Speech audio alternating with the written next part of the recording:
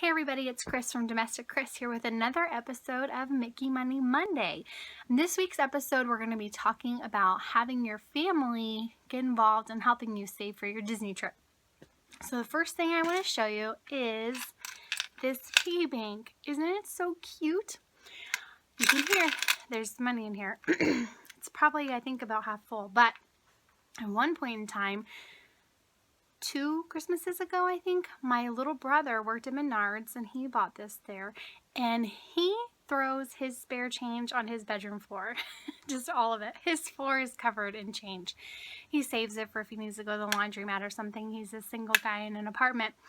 Well, we talked about how we wanted to go to Disney. We were saving our pennies in our old little piggy bank, which is also very full. And he not only bought this piggy bank for us, but he filled it. He filled it full of change off of his bedroom floor. I'm not sure how long it took him to do that, but he filled this piggy bank and gave it to us for Christmas. And for almost 2 years, I let that money just sit in the bank because it was just such a wonderfully generous gift. And he would say, you need to just take it to the bank and fill it again. And I was like, no. And then I said, yeah, I'm totally going to do that. And so I did that. And that was kind of the excitement and enticing me to want to do this video series for you guys, because I'm saving. I want to fill this up again before I go. And at the rate I'm going now, I might fill it up more than once. We'll see. It's a little bit wider here at the top than at the bottom. But anyways, so this was a wonderful example of how me just telling our family members that we want to go to Disney and we're saving our money, and they helped us to save for that. So I thought that was so exciting.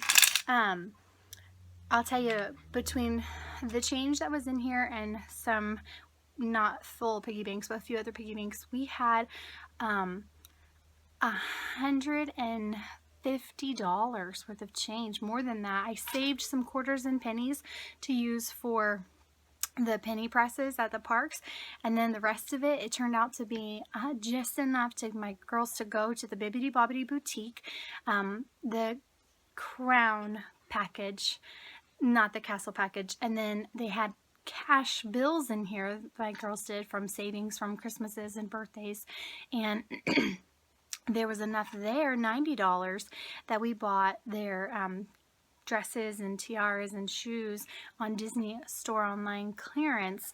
So all that came from there, and that's not been a part of my budget because it was already paid for. But isn't that so exciting from these piggy banks? So how am I feeding the heart? Feed the pig, right? This is a pig. This is my special penny piggy bank. Coins that are dated 1982 and older have copper in them still. And right now it is illegal to melt the copper pennies down. They're worth 2 cents a piece as it stands. So one day I'm hoping that they will release the ban and I'll be able to melt these down and they're worth double. If not, I've got a massive amount of pennies here. So I special save my older pennies in this piggy bank. And then I don't discriminate. All the other change goes in here. I see the dimes for Disney, 2-liter jars, and that's all well and good, but I'd rather not have to divvy out, can I have dimes, can I have dimes, can I have dimes, and separate it out into a bunch of different jars. Personally, I just prefer having the one piggy bank and then my other one because I'm a nutso. I do go through when it's full before I took all that to my bank to cash it in, because I do have a local bank that does have a coin machine, and if you're not a member of a bank that has it, they'll take a small percentage, but I still think it's less than a coin store like at Walmart or a grocery store. So look into that, see if you have banks around, see if your family member or friend banks there, and maybe you can go with them and cash in the change so you don't have to pay that extra little fee. I think it was like 1.5% or something. So look into that. But anyways, how I feed the pig. So when I have cash, I use the change. I mean, I don't use the change. I always get change. So let's say if something was $5.01, I would give them 6 and I would keep the 99 cents. Never spend my change. I have a special little zipper part of my wallet where change goes, and it all sits in there to the end of the week. When I cash this out, I will tell you how much is in there instead of just telling you, oh, I have this much spare change every week. I just let it be a surprise and I'll find out someday in the future. The other thing I do is, I mentioned before, my bank, when I get cash from certain ATMs, they don't charge me a fee. And then if that ATM does charge me a fee, they'll reimburse me up to $15 a month in those fees. And then when that happens, I just transfer it from one account to another, since it's all kind of online. We have USAA, but there is a ATM at my school that does not charge me. So what I do to make sure that I still get some savings from that is, as soon as I go to, my kids don't want to go to bed. As soon as I go to get my snack or drink from the little concession stand, I say, may I please have $1 and change? And she gives me 4 quarters. I check and see if there's a quarter in there that my nephew needs for his collection, or if I've got a really old quarter that I might want to have. Anyways, and then it goes right in there. So if I pulled out $10, that's 10% right off of there that I'm saving. If I pulled out 20, that's 5% in savings. Anyways, I kind of tuck that $1 away right off the top when I break that bill initially.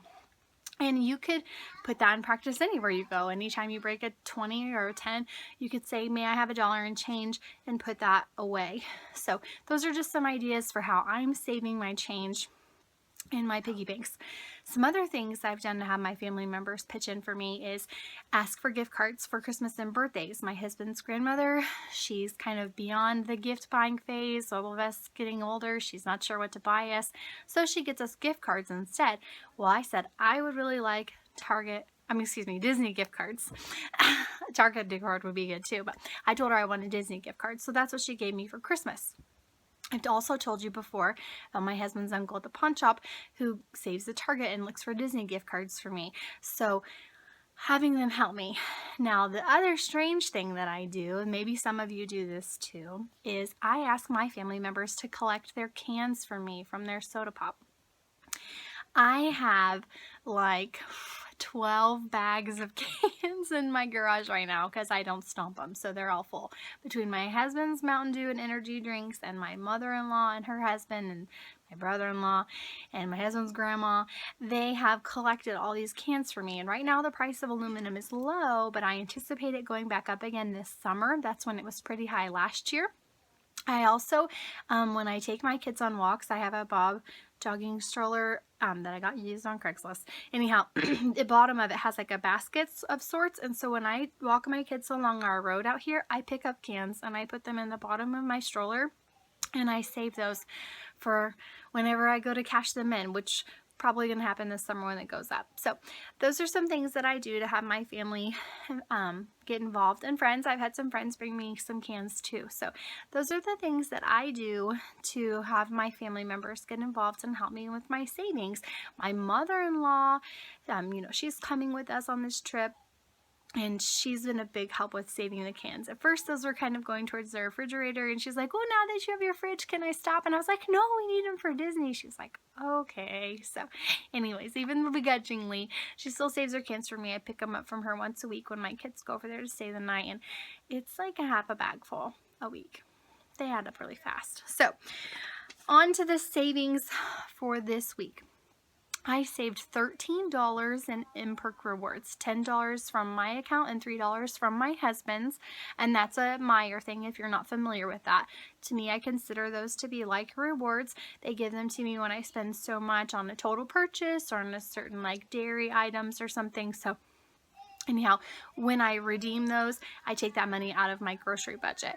Next, I had $5.45 from a free Starbucks reward again. I'm a gold member, and for every 12 stars I get a free drink. So when I cash that in, I take that money and I transfer it from one account to the other account. So this week I saved $18.45, which doesn't sound like a lot. Remember, I have those other automatic savings from the mortgage being low, and you can go back to episode 1 to find out how all I'm kind of automatically savings, and these are my found money. So my new balance that I need to find between now and the end of the year is $661. So I have 10 months to do that, which is about $60 a month and divide that by 4 weeks, I need to save $15.02 a week. So I'm above that right now. I'm not letting you guys know just now like my weekly Ibotta and Checkout 51 and things like that. When I cash out on those, then I'll tell you. But I'm also saving money and earning redeeming rebates on those, but it's kind of like, hey, I have 25 cents here and there, kind of why I'm not telling you about the change in the change jar till later. But my Disney for today is my Mickey shirt. When I went to Disney this summer, this was the only Disney shirt that I have. And while I have purchased some new shirts, a lot of them are put up for our trip in January. But I'm going to still always make sure that I have something to show you guys. So thank you so much for watching and joining me on this journey. I hope that you find these tips helpful. If you haven't already, please subscribe to the channel and come back every week for another episode of Mickey Money Monday. If you have a specific question about savings or something, please feel free to let me know. You can find me on Instagram, Twitter, as Domestic Chris, and also my email is domesticchris@gmail.com. So thank you so much. Like, share, and I'll see you real soon.